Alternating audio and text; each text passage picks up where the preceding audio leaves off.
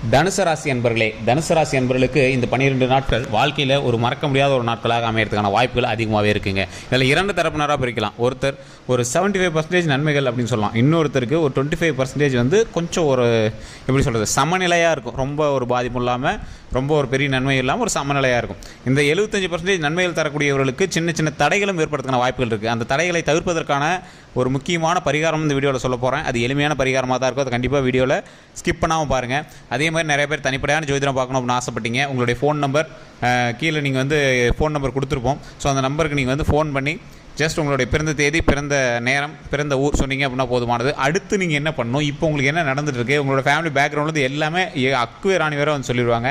So அது மட்டும் இல்லாமல் கணவன் மனைவி பிரிந்து இருக்கிறீங்களா, இல்லை ஏதாவது காதலர்கள் பிரச்சனையா, இல்லை ஏதாவது பண பிரச்சனையா, இல்லை ஏதாவது ஃபினான்ஷியலாக பிரச்சனையா, இல்லை வம்போடர்கள் ஏதாவது மாற்ற மாதிரி இருக்கா, கேஸ் ஜெயிக்குமா ஜெயிக்காதான்னு தெரியுமா, சில வசதி பிரச்சனைகளா, எல்லா பிரச்சனைகளுக்குமே ஒரு வந்து தீர்வு சொல்கிறாரு. பிரபல ஜோதிடர் தான்.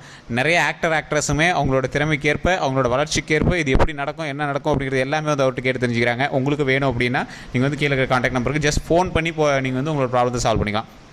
சரி சார், இதெல்லாம் ஒரு பக்கம் இருக்கு.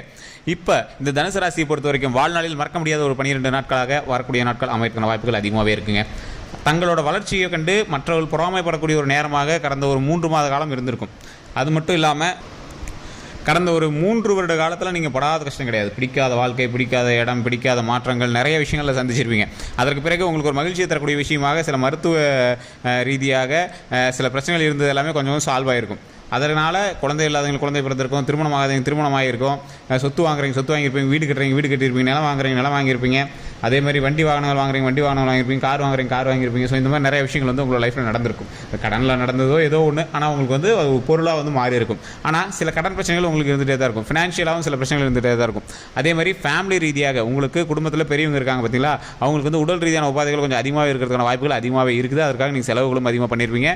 மருத்துவ ரீதியான செலவுகள்னால தான் நீங்கள் ரொம்ப அதிகமாக அவதிப்பட்டிருப்பீங்க.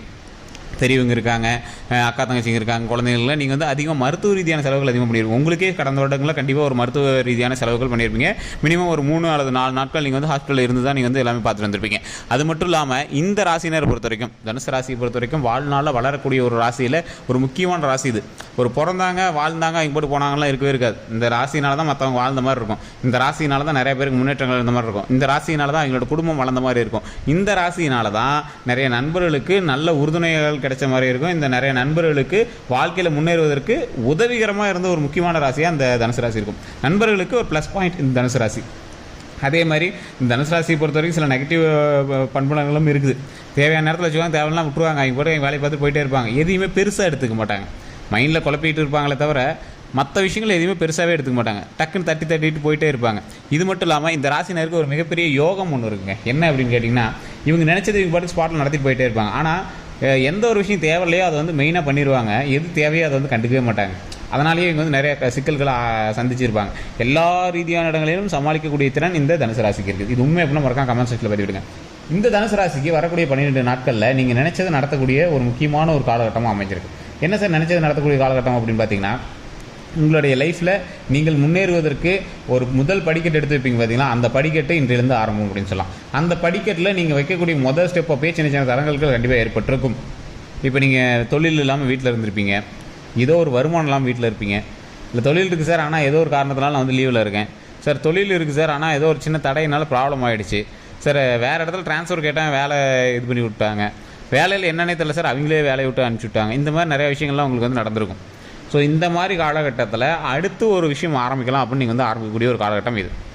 உங்களுடைய தொழிலோ உங்களுக்கு வருமானமோ ஓரளவுக்கு சைடில் ஏதோ ஒன்று இன்கம் வந்துட்டு தான் இருக்கும், இல்லைன்னு சொல்லலை. உங்களோட கடன் பிரச்சனையை சால்வ் பண்ணுற அளவுக்கு உங்கள்கிட்ட வருமானம் இருந்துட்டு தான் இருக்கும், இல்லைன்னு சொல்லலை. ஆனாலும் கடன் பின்னாடி இருந்துட்டு தான் இருக்கும். நீங்கள் எவ்வளோ சம்பாதிச்சாலும் அது வந்து அதிகபட்சம் வந்து சில மருத்துவ ரீதியான விஷயங்களுக்கும் தேவையில்லாத செலவுகளுக்கு தான் இப்போ வந்து செலவு பண்ணிகிட்டு இருப்பீங்க. அப்படி இருக்கக்கூடிய உங்களுக்கு வரக்கூடிய காலகட்டங்களில் இனி வரக்கூடிய காலகட்டங்களில் ஒரு முன்னெச்சரிக்கையாக நீங்கள் செய்யக்கூடிய ஒரு சேவிங்ஸ்னு சொல்லலாம். அந்த சேவிங்ஸுக்கு ஃபஸ்ட்டு ஸ்டெப் வைக்கக்கூடிய காலகட்டம் இனி வரக்கூடிய 12 நாட்கள். இந்த 12 நாட்களில் நீங்கள் கொஞ்சம் அந்த சின்ன சின்ன தரங்கள்லாம் தாண்டி நீங்கள் வந்து அதை காலை வச்சிட்டிங்க அப்படின்னா ஆட்டோமேட்டிக்காக உங்களுக்கு வந்து வருமானம் வரும். அதே மாதிரி இதுதான் சாக்குன்னு உங்களை வந்து ஏமாத்துறதுக்கும் நிறைய விஷயங்கள் வந்து உங்கள் கிரகம் வந்து உங்களை வந்து கொஞ்சம் ஏமாற்றி பார்க்கலான்னு சில விஷயங்கள் பண்ணுறதுக்கான வாய்ப்புகளும் இருக்குது. அந்த 25% உங்களுக்கு கொஞ்சம் பார்த்துருக்கணும்னு சொன்ன பார்த்தீங்களா, அது அந்த 25% நீங்கள் என்ன பண்ணணும் அப்படின்னா, உங்களை ஏதாவது ஒரு பெரிய அகலக்கால் வச்சு மாட்டி வரதுக்கும் வாய்ப்புகள் இருக்குது. ஸோ எது பண்ணாலும் ஒரு டைமுக்கு 100 டைம் யோசிச்சு பண்ணக்கூடிய ஒரு காலகட்டமாகவும் இந்த காலகட்டம் அமைஞ்சிருக்கு. ஒரு கிளிக்கு இல்லைன்னா உங்களுக்கு அவ்வளோதான், அடித்தா ஜாக்பாட்டு இல்லைன்னா 0 அந்த மாதிரி உங்களுக்கு வந்திருக்கும். ஸோ அதனால் ஜாக்பாட் அடிக்கணும்னு ஆசைப்படுறத விட அதை சமநிலையாக கொண்டு போகணும் அப்படிங்கிற மாதிரி நீங்கள் கொண்டு வாங்க. எந்த தொழில் தொடங்குறீங்க அப்படின்னாலும் அதிக முதலீடு போடாதீங்க, யாரை நம்பி இன்வெஸ்ட் பண்ணாதீங்க, யாரை நம்பி கேஸோ கோர்ட்டு கட்சி வழக்குகள் இந்த மாதிரி எதுக்கும் போகாதீங்க. உங்களுடைய தொழில் உண்டு, நீங்கள் உண்டுன்னு இருங்க. வேலைக்கே நீங்கள் வந்து ஏதாவது ஒருத்தர் ரெக்கமெண்ட் பண்ணுறாங்க அதுன்னா நீங்கள் எதுவும் பண்ணாதீங்க. நீங்கள் இப்போ வந்து ரெக்கமெண்ட் பண்ணுறக்கூடிய டைமில் கிடையாது. ஸோ அதனால் அதை கொஞ்சம் பார்த்து அட்ஜஸ்ட் பண்ணி பாருங்கள். அதே மாதிரி உங்களது வருமானத்திற்கு ஏற்ற மாதிரி செலவுகளை பண்ணுங்கள். அதிக அகலக்கால் வச்சு நீங்கள் எதுலேயும் மாட்ட வேண்டாம். நீங்கள் செய்யக்கூடிய தொழிலானது, நீங்கள் வாங்கக்கூடிய பொருளானது உங்களுடைய நேமில் இருக்கா, டாக்குமெண்ட் கரெக்டாக இருக்கா, இல்லை நீங்கள் வாங்கக்கூடிய தொழிலானது இல்லை நீங்கள் வாங்கக்கூடிய நிலமானது வீடானது கரெக்டாக இருக்கா, டாக்குமெண்ட் கரெக்டாக இருக்கா, லீஸ் கரெக்டாக இருக்கா, எல்லாம் செக் பண்ணிக்கோங்க. ஈஸி கரெக்டாக இருக்கா, நீங்கள் ஏதாவது வாடகைக்கு லேண்ட் எடுத்து லீஸுக்கு எடுக்கிறீங்க அப்படின்னாலும் அந்த லீஸோட பத்திரம்லாம் கரெக்டாக பண்ணியிருக்கீங்களா அதெல்லாம் பார்த்துக்கோங்க. அதுக்கு தகுந்தாற் போல் நீங்கள் வந்து செலவு பண்ணுங்கள். மற்றபடி ஒரு பெரிய இஷ்யூஸ் கிடையாது. இதில் அந்த சின்ன சின்ன தடங்கள்னு சொல்ல பார்த்தீங்களா, இப்போ நீங்கள் தொழில் ஆரம்பிக்க போகிறீங்க, கையிலே காசு இருக்கான தொழில் ஆரம்பிக்கலாம்னு நினைக்கிறீங்க, ஓரளவுக்கு பரவாயில்ல தான் சார், ஆனால் ஆரம்பிக்கிறேன், ஆனால் சின்ன சின்ன இடைஞ்சல்கள் சின்ன சின்ன நெருக்கடிகள் இருக்குது சார், அது என்ன சார் பண்ணுறது? அதுக்கு தான் நீங்கள் வந்து பண்ணக்கூடிய ஒரு முக்கியமான பரிகாரம். உங்களுடைய ஃபஸ்ட்டு நீங்கள் இதுக்கு பண்ணுறதுக்கு ஒரு 5 விஷயம் தான் இதில் பண்ணணும். இந்த 5 விஷயம் ஈஸியான விஷயம் தான். ஃபஸ்ட்டு உங்களுடைய குலதெய்வ வழிபாடு. நீங்கள் எங்கே இருந்தீங்க அப்படின்னா ஃபஸ்ட்டு உங்களுக்கு குலதெய்வத்தை போய் கும்பிட்டு வந்துருங்க. திருமணமான பெண்களாக இருந்தீங்க அப்படின்னா உங்களுடைய தாய் வீட்டு இதையும் கும்பிடணும், புகுந்து வீட்டு இதையும் கும்பிடணும். ஆண்களாக இருந்தீங்கன்னா உங்களோட புகுந்து வீட்டு உங்களுடைய தாய் வீட்டு இதை கும்பிட்டீங்க அப்படின்னாவே போதுமானது. உங்களுடைய குலதெய்வத்தை கும்பிட்டீங்க அப்படின்னாவே போதுமானது. நிறைய பேர் அவங்களோட தாய் வீட்டு குலதெய்வத்தையும் கும்பிடுவாங்க, அதையுமே கும்பிடுங்க, ரொம்பவே நல்லது. இது இன்னொன்று என்ன அப்படின்னு கேட்டிங்கன்னா, இந்த ராசிக்காரரை பொறுத்த வரைக்கும், தனுசு ராசிக்காரரை பொறுத்த வரைக்கும் எவ்வளோ இக்கட்டான சூழ்நிலை போனாலும் கடைசியாக கடவுள் கையை பிடிச்சி இழுத்துலேருந்து உங்களை சரி பண்ணி விட்டுருவார். இது உங்களுக்கே தெரியும்.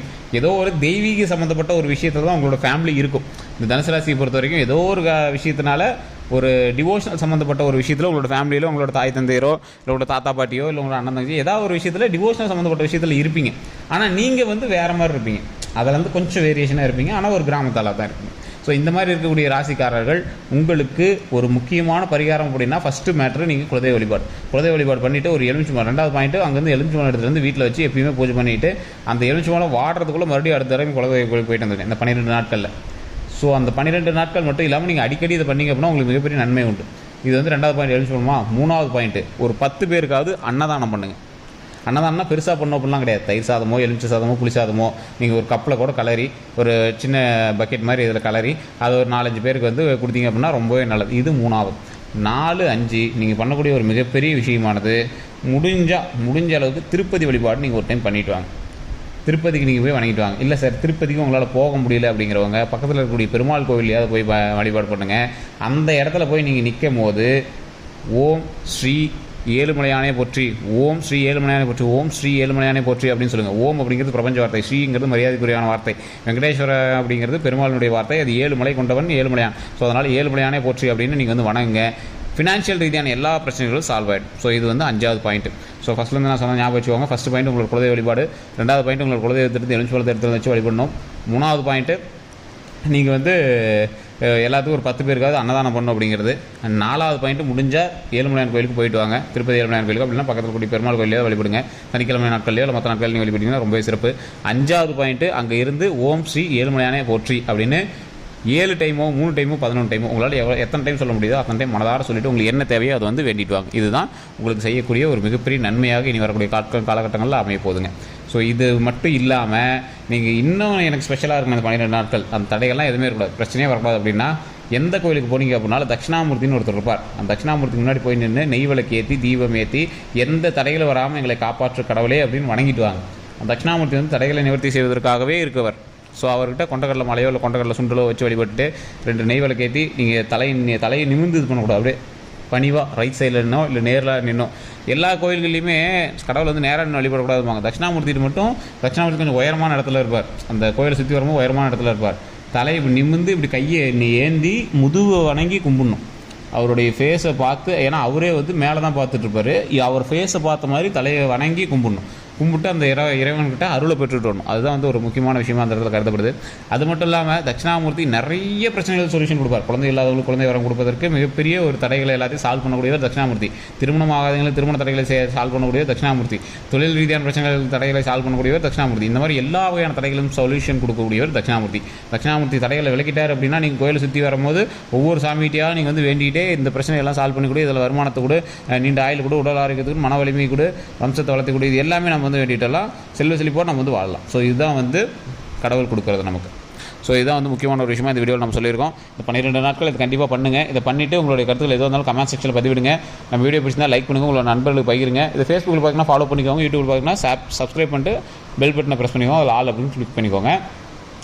கண்டிப்பாக ஏதாவது உங்களுக்கு ஒரு டவுட் இருக்கும், ஃபோன் மூலமாக சால்வ் பண்ணிக்கலாம் அப்படின்னு டிஸ்கிரிப்ஷனில் ஃபோன் நம்பர் இருக்குது. ஃபேஸ்புக்கில் பார்த்தீங்கன்னா ஸ்க்ரீன்லேயே ஃபோன் நம்பர் இருக்கும். ஜஸ்ட் நீங்கள் வந்து கால் பண்ணி கேட்டு தெரிஞ்சிக்கலாம். நன்றி நண்பர்களே.